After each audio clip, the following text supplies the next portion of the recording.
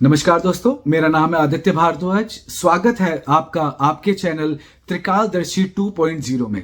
आज हम बात करेंगे कैनेडियन प्रधानमंत्री जस्टिन ट्रूडो के बारे में, जो भारत और कनाडा के रिश्ते खराब करने के पीछे पड़ गए हैं और उन्होंने इतनी हद पार कर दी है, वो इतना नीचे गिर सकते हैं खराब करने के लिए जिसकी कोई सीमा नहीं है।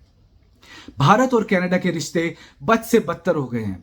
खालिस्तान समर्थक हरदीप सिंह निज्जर की हत्या के मामले को लेकर 1 साल से जारी तनाव सोमवार को तब और बढ़ गया जब ट्रूडो ने दावा किया कि हत्याकांड से जुड़े सबूत भारत को दिए थे, लेकिन अब खबर आ रही है कि ट्रूडो सरासर झूठ बोल रहे थे। जैसा उन्होंने पहले कहा था, बहुत रिपोर्ट्स आई थी कि उन्होंने सबूत दे दिए हैं, उन्होंने इतनी हाइप क्रिएट कर दी थी, G5 को भी इन्वॉल्व किया था कि मैंने इतने सबूत दिए हैं और किलिंग्स हो रही हैं, कैनेडियन सिटीजन्स को मारा जा रहा है, लेकिन इंडिया कोई सपोर्ट नहीं कर रहा, इंडिया कोई सबूत नहीं दे रहा, इंडिया हेल्प नहीं कर रहा है। इसके बारे में बहुत हाइप हुई थी, लेकिन इस बार जस्टिन ट्रूडो ने मान लिया है, ही एडमिट्स कि उन्होंने कोई सबूत अब तक नहीं प्रोवाइड कराए हैं। फॉरेन इंटरफेरेंस कमीशन के सामने अपनी गवाही में खुद ट्रूडो ने कबूला है कि इस मामले को जब उन्होंने शुरुआत में उठाया तो उनकी सरकार के पास भारत के खिलाफ मौजूद साक्ष्य नहीं थे। आयोग के सामने जस्टिन ट्रूडो ने यह भी माना कि उनकी सरकार ने निज्जर की हत्या मामले में भारत को कोई पुख्ता सबूत मुहैया नहीं कराया है। इसकी वजह बताते हुए उन्होंने कहा कि हमने भारत से कहा कि हम इस मामले में आपका सहयोग चाहते हैं कि तो उन्होंने सबूत मांगे। उस वक्त सबूत भारत को नहीं दिए गए, सिर्फ मामले से जुड़ी जानकारी साझा की गई। और यह इंफॉर्मेशन भी दोस्तों सिर्फ पन्नू ने ही की होगी, क्योंकि पॉलिटिक्स सिर्फ अपीजमेंट, स्पेशली सिख अपीजमेंट के आसपास ही घूम रही है। और यूएसए ने भी बोला कि कनाडा के साथ भारत सहयोग नहीं कर रहा है। दोस्तों, लास्ट टाइम कनाडा ने फाइव आइज के सामने ये मुद्दा उठाया था और फाइव आइज भी जानते हैं कि एक्चुअली में चल क्या रहा है, क्योंकि ट्रूडो इस बार इलेक्शंस नहीं जीतने वाले हैं दोस्तों। तो उन्होंने कोशिश करी, न्यूजीलैंड ने कुछ नहीं बोला, ऑस्ट्रेलिया ने कुछ नहीं बोला, कोई नहीं बोला, इवन ब्रिटेन भी स्टार्टिंग में नहीं बोला था। लेकिन जब यूएसए ने बोला, जब पन्नू ने गुहार लगाई थी कि ऐसे ऐसे करके उनको धमकी मिल रही है और इसके पीछे सिर्फ और सिर्फ लॉरेंस बिश्नोई है, और लॉरेंस बिश्नोई एक एज अ एजेंट काम कर रहा है फॉर द इंडियन गवर्नमेंट, और वही खालिस्तानी इन टेररिस्टों को मरवा रहा है। और पता नहीं इनका क्या लगा हुआ है खालिस्तानी टेररिस्टों के साथ में। यहां पे मुद्दा उठा और जब यूएसए ने स्टैंड लिया, उसके बाद अब यूके स्टैंड ले रहा है। बाकी सब चुप है, लेकिन यूके भी साथ दे रहा है अभी यूएसए का। लेकिन जब तक आप सबूत ही नहीं दोगे, इंडिया ने क्या बोला? इंडिया ने यही तो बोला कि आप सहयोग तो हम करेंगे, लेकिन उससे पहले आप सबूत तो दो। जयशंकर जी ने यही तो बोला कि इनको इतने भाव देने की भी जरूरत नहीं है, पहले आप सबूत दो, then we will take the actions. उसी का इंतजार इंडियन गवर्नमेंट भी कर रही है। लेकिन कनाडा और भारत के दरमियान हुए हालिया घटनाक्रम के बाद दोनों देशों के बीच पनपी राजनयिक तल्खी जल्दी खत्म होती नहीं दिखती है। भारतीय विदेश मंत्री ने अपने बयान से यह साफ किया है कि इस मसले पर आगे और कदम उठाने के लिए स्वतंत्र है।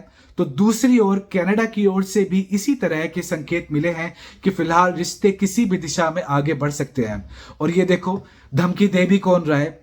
कनाडा धमकी दे रहा है इंडिया को, जिसकी इकोनॉमी सिर्फ इंडियन स्टूडेंट्स के पैसे, इनकी फीस के ऊपर बेस्ड है।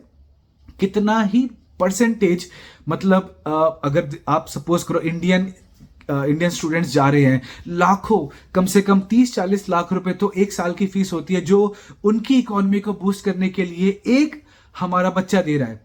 तो हमें तो कोई जरूरत नहीं है, हमें तो कोई नुकसान नहीं है। इंडिया लॉस पे तो जाएगा ही नहीं, नुकसान में जो जाएगा वो सिर्फ कनाडा जाएगा। और ये सिर्फ इलेक्शंस के लिए हो रहा है और कुछ नहीं। कनाडा के पुलिस कमिश्नर ने आरोप लगाया था भारतीय राजनयिक और काउंसलर अधिकारी सीधे तौर पर या एजेंटों के जरिए भारत सरकार के लिए जानकारी जुटाने के लिए अपने पद का फायदा उठाते हैं। इसके बाद कैनेडियन प्रधानमंत्री जस्टिन ट्रूडो ने आरोप लगाया कि हमने भारत के एजेंटों के आधिकारिक गतिविधियों में शामिल होने के सबूत दिए थे। भारत से बार बार आग्रह के बावजूद कोई सहयोग नहीं किया गया, जिसको उन्होंने खुद ही नकार दिया। और इंडियन गवर्नमेंट उस चीज को इतना तोल मोल के भी नहीं देखती है और भाव भी नहीं देती है। सोमवार को भारतीय विदेश मंत्रालय ने दोबारा इन आरोपों को खारिज करते हुए बेबुनियाद बताया। साथ ही यह भी कहा कि ट्रूडो वोट बैंक की राजनीति कर रहे हैं। सूत्रों का दावा है कि कनाडा में भारतीय उच्चायुक्त संजय कुमार वर्मा को खालिस्तानियों से जान का खतरा था। कनाडा उनसे पूछताछ करना चाहती थी। जस्टिन ट्रूडो की सरकार ने कनाडा में खालिस्तानी आतंकी हरदीप निज्जर की हत्या मामले में भारतीय उच्चायुक्त और राजनयिक संजय कुमार वर्मा को पर्सन ऑफ इंटरेस्ट यानी संदिग्ध बताया है, उनको सस्पिशियस बता दिया। कनाडा उन्हें निशाना बनाने की कोशिश में था। भारत सरकार का कहना है कि कनाडा में उग्रवाद और हिंसा के माहौल में ट्रूडो सरकार के एक्शन ने उनकी सुरक्षा को खतरे में डाल दिया है। यही वजह है संजय वर्मा समेत अन्य राजनयिकों की सुरक्षा सुनिश्चित करने के लिए भारत सरकार ने उन्हें बुलाने का फैसला लिया है। कनाडा में उनकी सुरक्षा को खतरा था। इसकी पुष्टि इस बात से भी होती है कि उनके पीछे खालिस्तानी हाथ धोकर पड़ गए थे। खालिस्तानियों ने तो यहां तक संजय कुमार वर्मा पर इनाम भी रख दिया है। मीडिया रिपोर्ट की माने तो कनाडा में भारत के हाई कमिश्नर संजय वर्मा खालिस्तानियों ने 50 लाख कैनेडियन डॉलर्स का इनाम रखा है। भारतीय करेंसी में यह करीब 3.5 करोड़ रुपए होती है। पिछले शनिवार को खालिस्तानियों ने वैंकूवर में संजय वर्मा का पुतला फूका गया था और उस पर गोलियां चलाई थी। इसके बाद संजय वर्मा पर इस इनाम का ऐलान किया गया। दोस्तों, सारा का सारा खेल इलेक्शंस का है। आप भी समझो और पूरी दुनिया समझे। G5 भी समझ रहा है और 5 आइज समझ रहा है। तो कनाडा में अगले साल अक्टूबर में संसदीय चुनाव होने हैं। ट्रूडो की पार्टी लगातार कमजोर हो रही है। कैनेडियन संसद में कुल 338 सीटें होती है और सरकार बनाने के लिए 169 सीटों की जरूरत पड़ती है। ट्रूडो की लिबरल पार्टी के पास अभी सिर्फ 154 सीट्स है और ट्रूडो को पता है सत्ता बचाए रखने के लिए सिखों का साथ होना बहुत जरूरी है।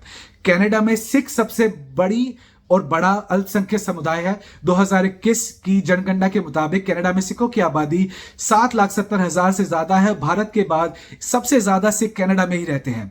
कनाडा के ओंटारियो में 3 लाख और ब्रिटिश कोलंबिया में 2,90,000 से ज्यादा सिख रहते हैं। कनाडा की कुल आबादी में सिख 2.1% है। यही वजह है ट्रूडो सिखों को खुश करने में जुटे हैं। चुनावी सर्वे करने वाली कनाडा की एक संस्था ने मई में एक सर्वे किया था। इसमें सामने आया था कि ट्रूडो की लिबरल पार्टी से सभी धार्मिक वर्गों का भरोसा टूट रहा है। सर्वे में शामिल 54% सिखों ने विपक्षी कंजर्वेटिव पार्टी को वोट देने की बात कही थी, जबकि ट्रूडो की लिबरल पार्टी के साथ 21% सिख ही थे।